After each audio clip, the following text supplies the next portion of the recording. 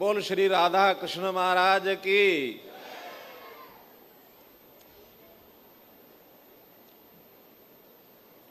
हमारे बीच में उपस्थित गीता मनीषी गीता के संदेश को न केवल कुरुक्षेत्र हरियाणा देश बल्कि विदेश तक इस संदेश को पहुंचाने वाले परम आदरणीय श्री ज्ञानानंद जी महाराज, गौड़िया मिशन के अध्यक्ष, जिनकी भावनात्मक वाणी को हमने सुना, ऐसे पूजनीय भक्ति सुंदर सन्यासी महाराज जी, चैतन्य मठ चंडीगढ़ के अध्यक्ष पूज्य श्री विष्णु महाराज जी, राष्ट्रीय स्वयंसेवक संघ के प्रांत संघ चालक श्री पवन जिंदल जी,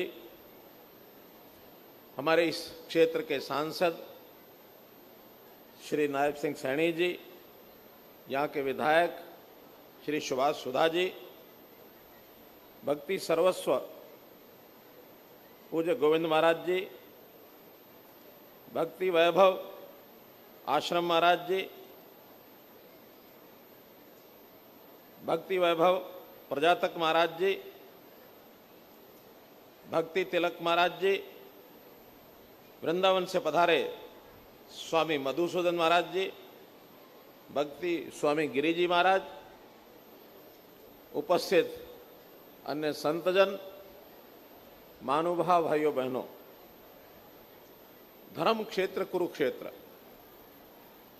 वास्तव में यहाँ आकर के कोई भी प्राणी, कोई भी महानुभाव इस कुरुक्षेत्र की परिधि में जब आता है तो भक्तिमय होकर के भक्ति भावना मन में ओतप्रोत हो जाती है। भगवान कृष्ण की ये धरती, गीता की ये धरती, भारत की गौरवशाली विरासत की स्मरण कराने वाली ये धरती, इस समारोह में आपके बीच आकर के अति प्रसन्नता का अनुभव हो रहा है। श्रीमद् भक्ति सिद्धांत सरस्वती गोस्वामी प्रभुपाद जी के 150वें अवतरण के स्मरणोत्सव का शुभारंभ, ये मेरे लिए गर्व की बात है। इस अवसर पर मैं आपको नमन करता हूं और आप सबको बधाई देता हूं, और साथ ही गौड़िया मिशन वर्ष 2025 तक चलने वाले इस 3 साल लंबे स्मरणोत्सव की सफलता की भी कामना करता हूं। सनातन धर्म के संदेश को विश्व भर में फैलाने वाले श्रीला प्रभुपाद के अवतरण दिवस के उपलक्ष्य में धर्म क्षेत्र कुरुक्षेत्र में संतों का यह समागम, इस समारोह में इसकी गरिमा को कई गुना बढ़ा रहा है। मैं हरियाणा का मुख्यमंत्री होने के नाते सब संतों का स्वागत करता हूं, अभिनंदन करता हूं। कुरुक्षेत्र की इसी धरा पर भगवान श्री कृष्ण ने, हम जानते हैं कि मोहग्रस्त अर्जुन को युद्ध के मैदान में, महाभारत के युद्ध के मैदान में गीता का जो संदेश दिया, कर्म योग का जो संदेश ये दिया, ये वास्तव में हम सब लोगों के लिए भी उसका अनुसरण करना आज सुख व शांति की खोज में न केवल भारतवर्ष बल्कि समूचे विश्व में उसी प्रकार का आज भी ये प्रासंगिक है। साथियों, धर्म की ये पावन नगरी और इस नगरी में ये धार्मिक आयोजन, इससे शुभ और कुछ नहीं हो सकता। एक बहुत शुभ अवसर की घड़ी है। हमारे ये जो मठ हैं, ये केवल सांस्कृतिक और धार्मिक केंद्र ही नहीं बल्कि हमारी धार्मिक विरासत भी यहीं पर विराजमान है। मठों में केवल धर्म का प्रचार प्रसार नहीं बल्कि यहाँ तो मानवता का ये संचार होता है।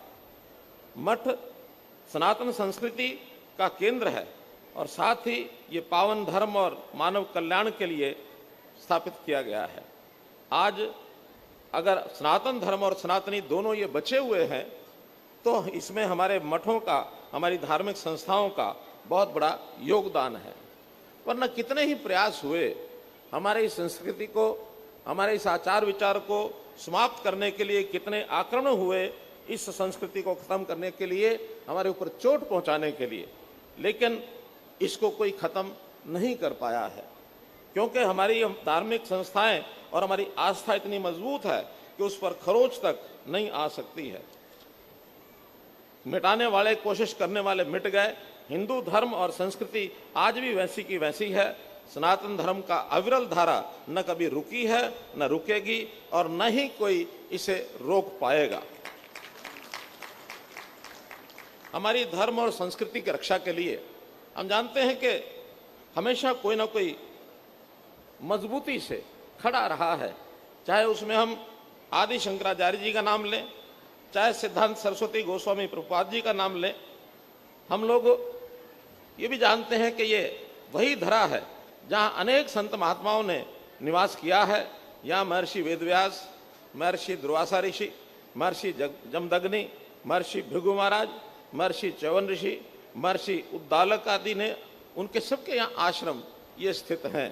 यहीं पर भगवान ब्रह्मा जी ने सृष्टि के आरंभ की, यज्ञ वेदी की रचना का जो पहला यज्ञ किया था, वो यही धर्म क्षेत्र कुरुक्षेत्र का स्थान है।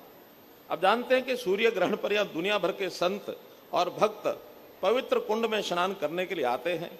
श्री चैतन्य महाप्रभु भी सूर्य ग्रहण के समय यहाँ पधारे थे। यहीं पर श्रीमद् भक्ति सिद्धांत सरस्वती गोस्वामी प्रभुपाद जी ने 900 साल पहले श्री गॉड विनोद राम प्यारी जीव की पूजा के लिए मंदिर का निर्माण करवाया गया था।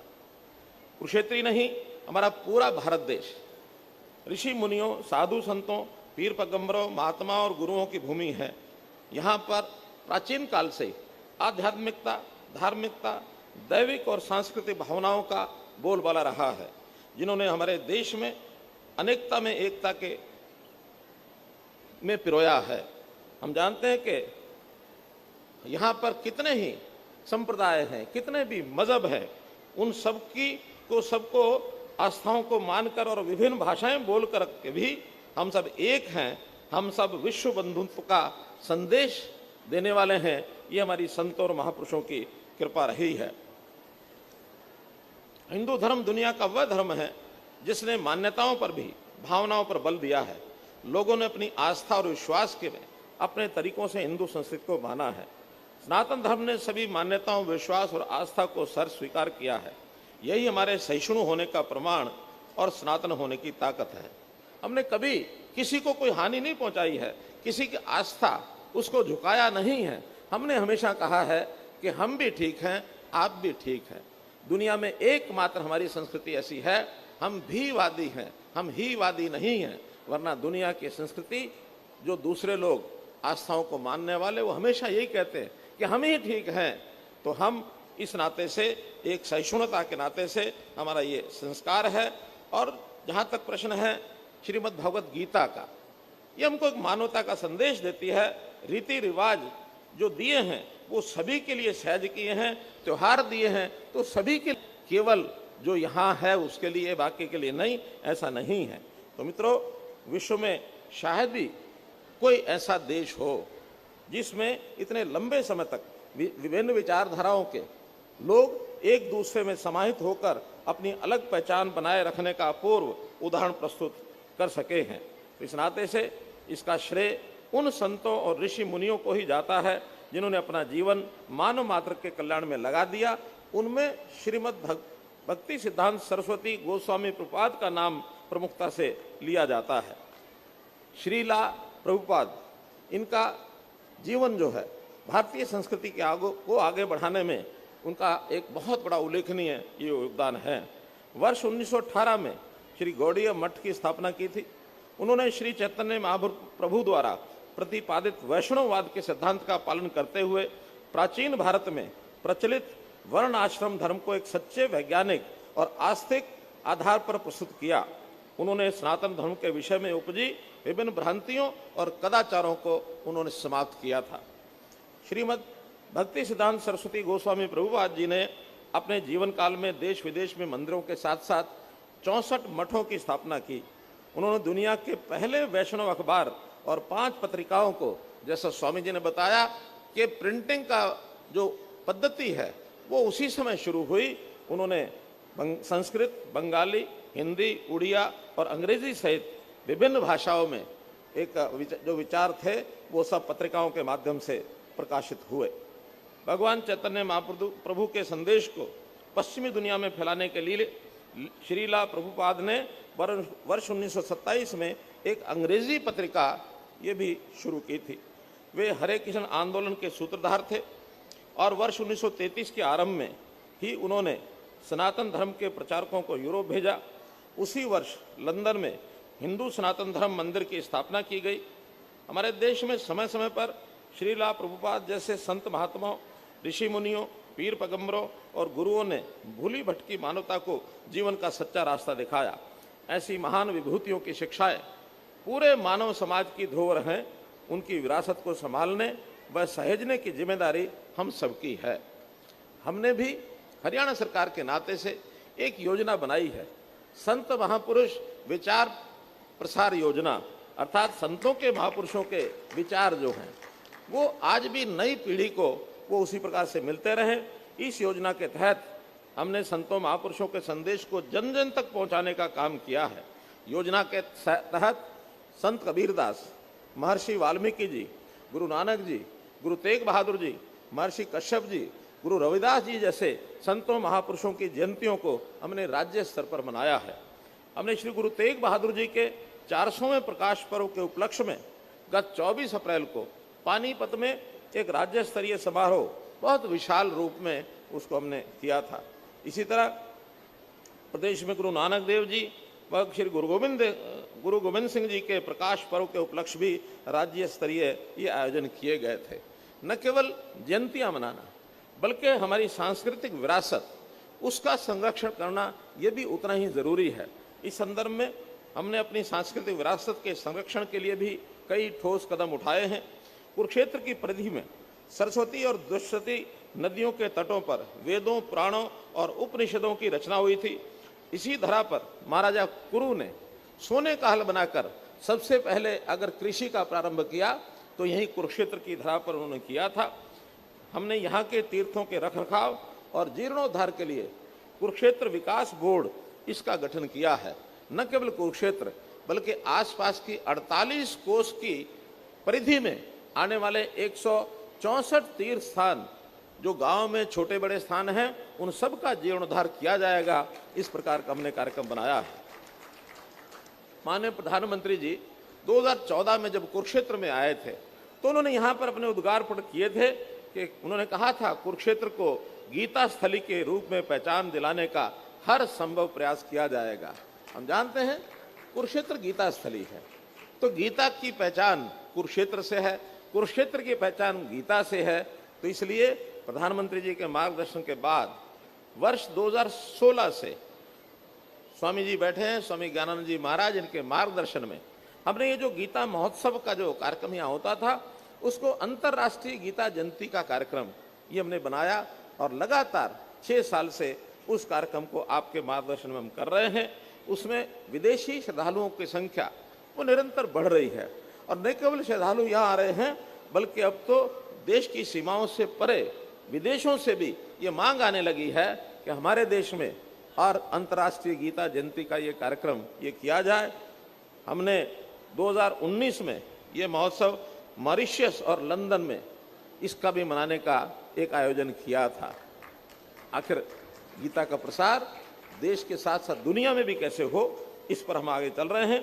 गीता का ये अमर संदेश, इसकी जन्मस्थली कुरुक्षेत्र होने के कारण से यहाँ की धार्मिक और सांस्कृतिक राजधानी हम कुरुक्षेत्र को कह सकते हैं। इसलिए कुरुक्षेत्र को महापर्यटक स्थल और आध्यात्मिक पर्यटन केंद्र के रूप में विकसित करने का इसके ऊपर हम बल दे रहे हैं। सरस्वती के जीर्णोद्धार, संरक्षण और अनुसंधान के लिए हमने सरस्वती धरोहर विकास बोर्ड का गठन किया है, क्योंकि हमारे शास्त्रों में सरस्वती का बड़ा महत्व है। सरस्वती नदी के किनारे पर बैठ करके ऋषियों ने, मुनियों ने देश का जितना भी आध्यात्मिक धार्मिक साहित्य उसका सृजन किया वो इसी इलाके में हुआ था। इसलिए सरस्वती का एक प्रकार से संरक्षण, जीर्णोद्धार ये करना भी बहुत जरूरी है। मित्रों, मेरा मानना है कि वर्तमान समय में समस्याओं का स्थायी समाधान आध्यात्मिक गलियारे से ही मिल सकता है। आध्यात्म व्यक्ति के संपूर्ण अंतकरण को परिष्कार करता है। आज जितनी बुराइयां, जितनी व्याधियां ये समाज में आई हैं तो एक प्रकार से अगर हम इस प्रकार के संस्कारों से ओतप्रोत इन स्थानों को, इन प्रकल्पों को आगे बढ़ाएंगे तो निश्चित रूप से हमारा समाज उसके अंदर एक बदल आएगा। आज सबसे बड़ी जरूरत ये है कि हम सब महापुरुषों द्वारा प्रतिस्थापित जीवन मूल्यों और शिक्षाओं का अनुसरण करें। मनुष्य कभी कभी ऐसे चौराहे पर आकर खड़ा हो जाता है जहाँ जीवन पथ निर्धारित करना मुश्किल हो जाता है, ऊहापोह में होता है, उसको दिशा नहीं मिलती है। इसलिए किसी आदर्श महापुरुष को अपने प्रतीकों का, अपने सिद्धांतों का प्रतीक मानकर जीवन जीने में सुविधा, सरलता और गतिशीलता ये सब बनी रहती है। पग पर आने वाली विघ्न बाधाओं का हल महापुरुषों के जीवन से मिल जाता है। स्वामी ज्ञानानंद जी ने हमको गीता के संदेश के नाते से मनुष्य जिस भी वर्ग से संबंधित रखता है उस वर्ग में गीता के माध्यम से उसका जीवन सरल कैसे हो सकता है, इन्होंने दर्जनों पुस्तकें उसका प्रकाशन कराया। गीता का संदेश चाहे वो विद्यार्थियों के लिए है, चाहे अध्यापकों के लिए है, चाहे किसानों के लिए है, चाहे गृहिणी के लिए है, चाहे सैनिकों के लिए है, और यहाँ तक मैंने आपसे आग्रह किया था कि राजनीतिक व्यक्तियों के लिए भी गीता का संदेश, ये भी पुस्तक होनी चाहिए। और मुझे खुशी है आपने उसमें से भी गीता के कुछ श्लोक संकलित करके, और राजनीतिक व्यक्ति, क्योंकि आज अगर जीवन के आचरण में कहीं बहुत ज़्यादा गिरावट देखने को मिलती है तो राजनीति में भी मिलती है। राजनीति को शुद्ध करने के लिए भी एक हमको यज्ञ, एक अभियान ये चलाना पड़ेगा। इस संबंध में महाभारतकार का एक मत है, वो क्या कहते हैं, वेदा भी भिन्ना स्मृत्या भी भिन्ना, अर्थात मनुष्य उस रास्ते पर चले जो वेद सम्मत हो, स्मृति जिसका आदेश देती हो। नासो मुनिर्यस्या यस्य मतम न भिन्ना, धर्मस्य तत्वम निहितम गुहायाम, महाजनों येन गता सपंथा, जो ऋषि मुनियों द्वारा प्रदर्शित किया गया हो, जिस पथ पर महापुरुष चले हों, मनुष्य को उसी धर्म पथ पर चलना चाहिए। ऐसे एक साहित्यकार ने, महाभारतकार ने इसमें लिखा है। मैं आज इस मंच के माध्यम से सभी संतजनों और धार्मिक विभूतियों के सामने विनम्र होकर के उनके चरणों में मैं निवेदन करता हूं कि हम युवाओं को ज़्यादा संख्या में मठों के साथ जोड़ें, क्योंकि हमारी युवा पीढ़ी यही कल का भारत है, यही इस सारे विषय का, यानी हमारी संस्कृति को वाहक बन करके आगे अगली पीढ़ियों को ले जाने वाला है। तो इसलिए आने वाली पीढ़ियां न केवल सांस्कृतिक रूप से बल्कि धार्मिक रूप से भी हमारी विरासत को आगे बढ़ा सकें। हमें आदिकाल से चली अपनी संस्कृति, मान्यताओं को अपनी आधुनिक पीढ़ी तक पहुंचाना होगा। यही हमारे उनके जीवन में ये एक योगदान हम कर सकते हैं। आज संसार में जो विसंगतियां फैल रही हैं उनसे बचाव के लिए हमें श्रीला प्रभुपाद जैसे संतों के बताए मार्ग पर चलना होगा।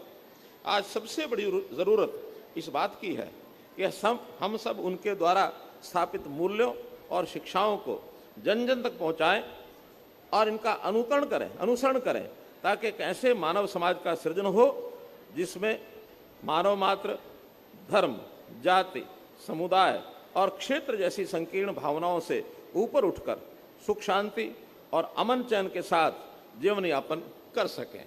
तो मैं हमारे यहाँ के अध्यक्ष गौड़ीय मिशन के अध्यक्ष भक्ति सुंदर सन्यासी महाराज जी से निवेदन करता हूँ कि इस प्रकल्प को आगे बढ़ाने के लिए निसंकोच जो आवश्यक उसको करें।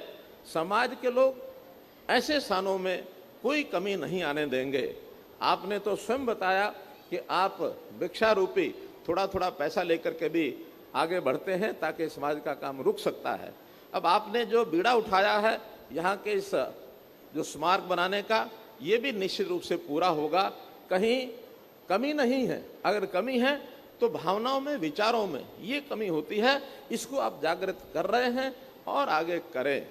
मुझे घटना याद आ रही है, एक व्यक्ति बहुत साधन संपन्न, अमीर जिसको हम कह सकते हैं, व्यापार भी अच्छा, कमाने वाला भी बहुत, बड़ी बड़ी भवन अटालिकाएं सब था, कमाई भी बहुत थी, परिवार को अच्छे प्रकार से उसका पालन पोषण भी हो रहा था। लेकिन एक कमी थी उसमें, उसकी भावनाओं में कहीं मुझे समाज के लिए कुछ काम करना है, मुझे कुछ परोपकार के लिए करना है, या इस प्रकार के सांस्कृतिक प्रकल्पों को आगे बढ़ाने के लिए कुछ करना है, इस पर विचार किया नहीं। किया भी होगा तो उसने माना नहीं। एक बार हमारे अध्यक्ष जी जैसे हैं, अध्यक्ष भक्ति मुनि सन्यासी महाराज जी, इन जैसे सन्यासी कोई उनके यहाँ भिक्षा लेने के लिए पहुंच गए। उनका भिक्षामदेही, बाहर से निकले, वो बोले कि महाराज आप गलत जगह पर आ गए हैं, आप अगला घर देखिए। उन्होंने कहा नहीं, ऐसा नहीं है, हमने अपने आश्रम में एक इस प्रकार का जो स्मारक जैसे आपने बताया बनाना है, खाली हाथ नहीं लौटाते, कुछ 5,000, 11,000, 21,000 कुछ दे के भेजो। अब वो तो कंजूस, जैसे कहते हैं कहावत, कंजूस मक्खी चूस। अब उसको मन में उतरा नहीं कि मैं कुछ इनको दे दूं।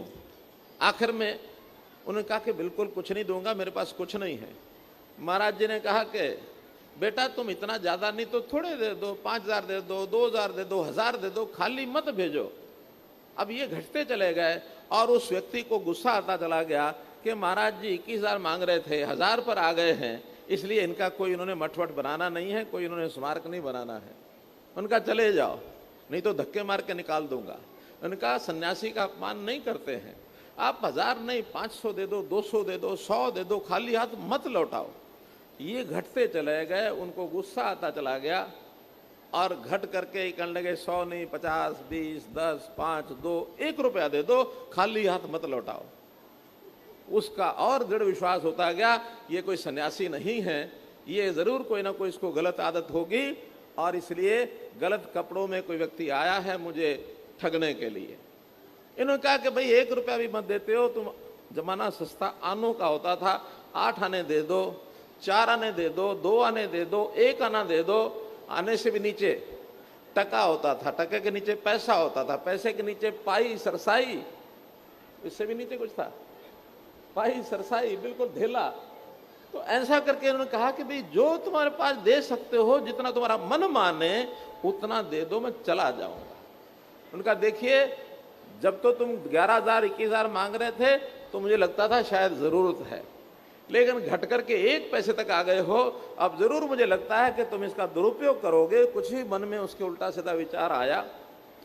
अब सन्यासी जी ने कहा कि देखो बेटा, खाली हाथ मत लौटाओ, तुम अगर 1 धेला पैसा भी नहीं दे सकते तो अपने घर के अंदर जाओ और अंदर जाकर के घर में चूल्हा होगा, यहाँ चूल्हा तो है, चूल्हे में राख है, कह लगे हाँ राख भी है, कि आप जाओ और जा करके और राख का एक राख की चुटकी भर करके ले आओ, मेरे हाथ पर रख दो।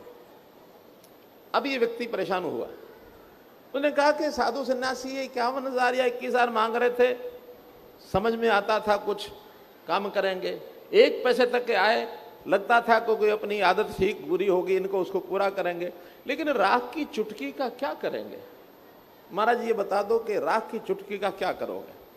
कोई ऐसा मंत्र है कि रेत में राख की चुटकी मिला दोगे और वो सीमेंट बन जाएगा और तुम्हारा आश्रम बन जाएगा? कह लगा नहीं बेटा, दे दो, एक राख की चुटकी दे दो।